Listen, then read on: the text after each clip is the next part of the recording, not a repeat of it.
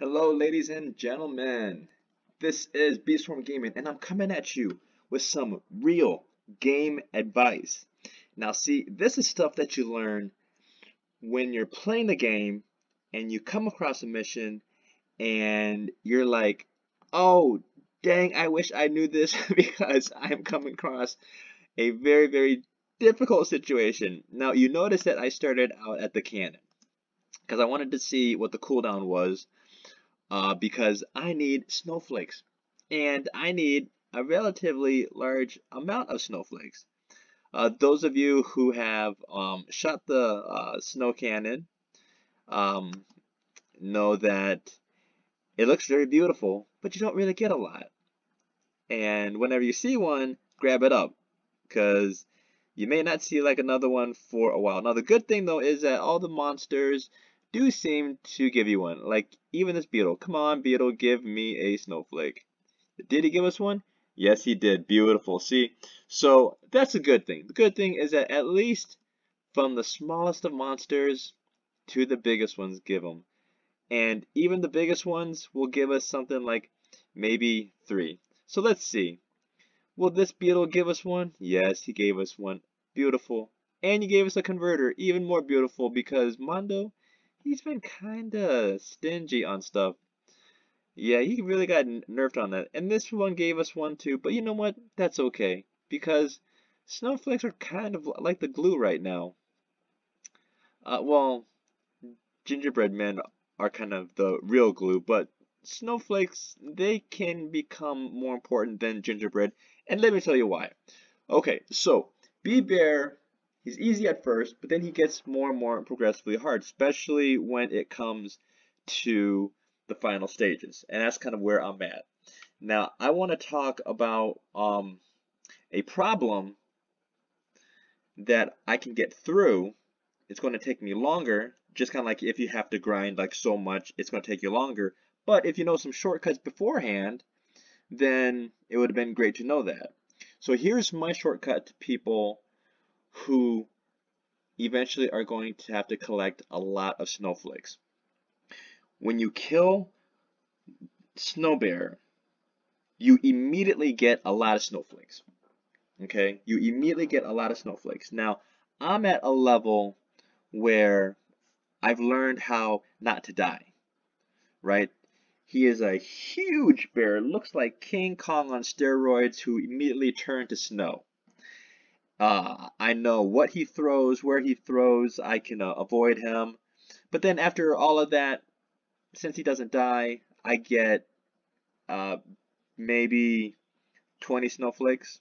You know, I'm in a server where my friends go and they don't snipe the snowflakes, which is very good. It's very good to play with friends right now because you want to have set rules. Because I've unfortunately been in some servers where it's almost like a everybody snipes from everybody, and it's kind of like, dude, this is Beesmass. You know, it's time to share. It's time to help each other out, right? Anyway, hey, it's life. It is what it is. Some might say survival of the fittest, and that's part of Beesmass.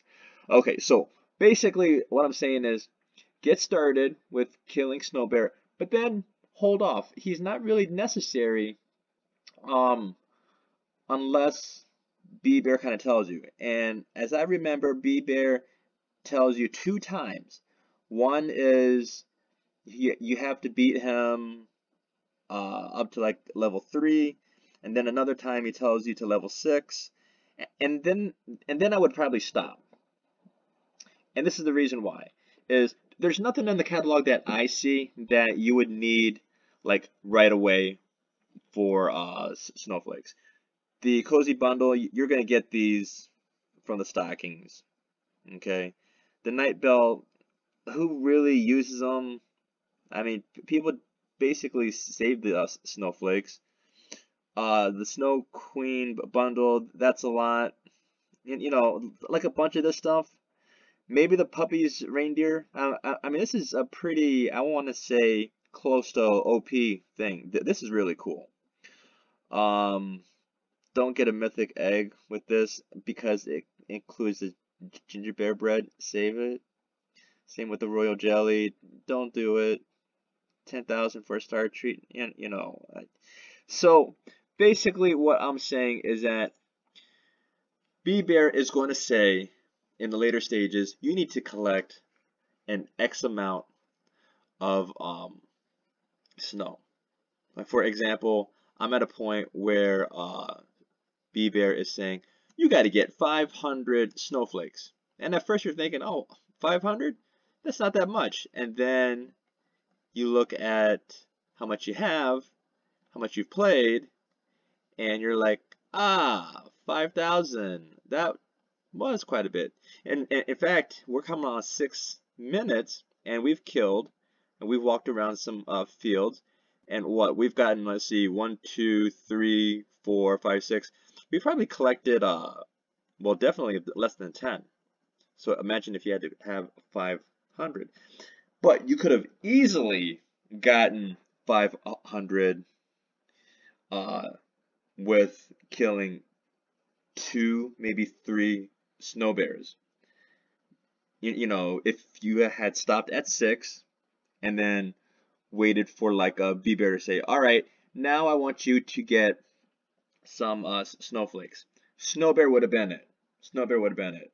That's just kind of like my tip. You don't have to, because I will get through this. I will get through this. And here's another reason why to play. Here's another reason why to play. I found this out. I haven't heard anybody say this.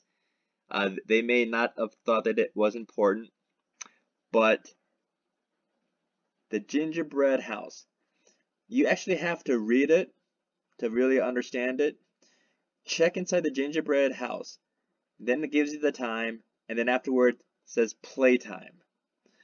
I didn't really understand it until I had a quest, and it said that I had to look in there like 3 times, right? And I checked in there the first time, and I got it, and the second time I was still on the game doing stuff. So you know, I had my timer set, and I went in there and I got it. And then the third time I had some errands to run. And I came back, no gingerbread man. And I was like, what the heck? There's something wrong with this. So I did some exploring, and I was like, oh my god, you have to be in the game to get it. So that's another thing. Gingerbread is kind of like the currency, man. It is the currency. It is what's going to get you what you want. You know, if you're a bee swarm fanatic like me and other people, then, you know, it's going to be like, well, you know, I can AFK, and at least if I AFK, when I come back, I can get the gingerbread man. If I AFK all night, when I wake up, I'm going to go and get the gingerbread man. But if you're one of these players that come on like every 20 minutes and then leave and think, well, I'm playing at least 3 hours a day, off and on, you may not be, because if you're only on 20 minutes here and then you take a break and then back on 20 minutes and off and then 20 minutes on, that's only 1 hour. So kind of check it, because you don't have a lot of time when you really think about it, because time flies by, and there is no crafting for gingerbread, and there is no buying of more gingerbread. So, like someone told me, hey, wouldn't it be nice to have 1,000,000,000,000 Robux and then ask on it for more gingerbread? Yeah, I think that on it would actually probably say no, because then that would break my game. Then other people would say, hey, I can just say on it, I'll give you 10,000 Robux for the gummy mask. Onit's not going to do that. Onit is, I would say, the type of person that says, hey, you want the gingerbread skin? You got to do 250 gingerbread. I'm going to make sure that you get a way to get it, and that's the way you get it. So those are the 2 things that I want to push. Gingerbread house is playtime. You have to be on the server. You have to be on the server. The second thing is that for snow, use the snowblower thing, play with friends, and you can always ask them with the snowman, the Snowbear. Very difficult, but at least if you can't beat him, if you can't beat the Snowbear, you can at least get some snow, right? You'll at least get some snow, which is good.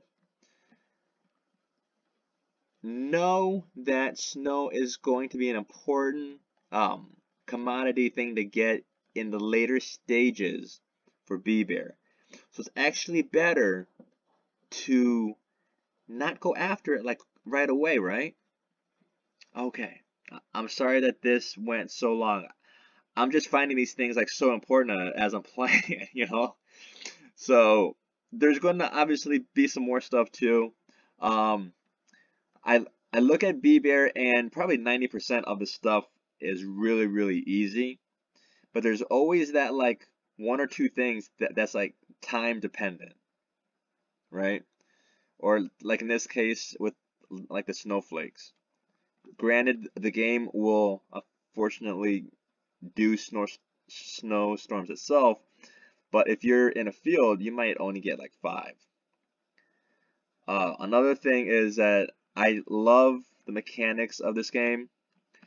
It actually makes you want to either come back to it or stay here, because there's been a day, because I was going to say days, but it actually hasn't been out that long, where you complete one and you want to start the other one. Now, am I going to get the gingerbread thing? Really want it? Has part 2 come out yet? Obviously not right now. So I'm going to hold on to it. Now, some people say, well, there may be a cub buddy. Don't think so. Want to know why? Because at the very beginning, Bear talks about the gingerbread bear as being kind of like a sales associate, right? Which kind of means that he's not going to let this bear associate kind of be like your associate, right? Kind of like, hey, you can have him too. No, he's saying he's going to sell you the same type of clothes, the cool clothes. So the big prize, I think, is the festive bee. What's part 2? Part 2, I think, is just the quest for the other gifts. That's what I think part 2 is, and possibly the event bee, the new mythic bee. I don't know. I hate guessing because most times I'm wrong. Except I got to give myself props. I said that the polar power is important, and it actually is. When I started, my turkey dinners were like in the 9,000s, like 9,300. I've been doing polar bear challenges. Now they are over 10,000. I'm telling you, I've seen people who have less than half of mine, and they are in like the 3,000s. I'm telling you. I think the reason that I've actually been able to effectively help people is because Polar Bear's AI, I think, is smart and probably picks out the strongest person in there because I will get hit. I will get hit first, even though I'm not the one that is challenging. But I stay alive. Polar power it up, baby. Polar power it up. All right, you guys take care. Bye.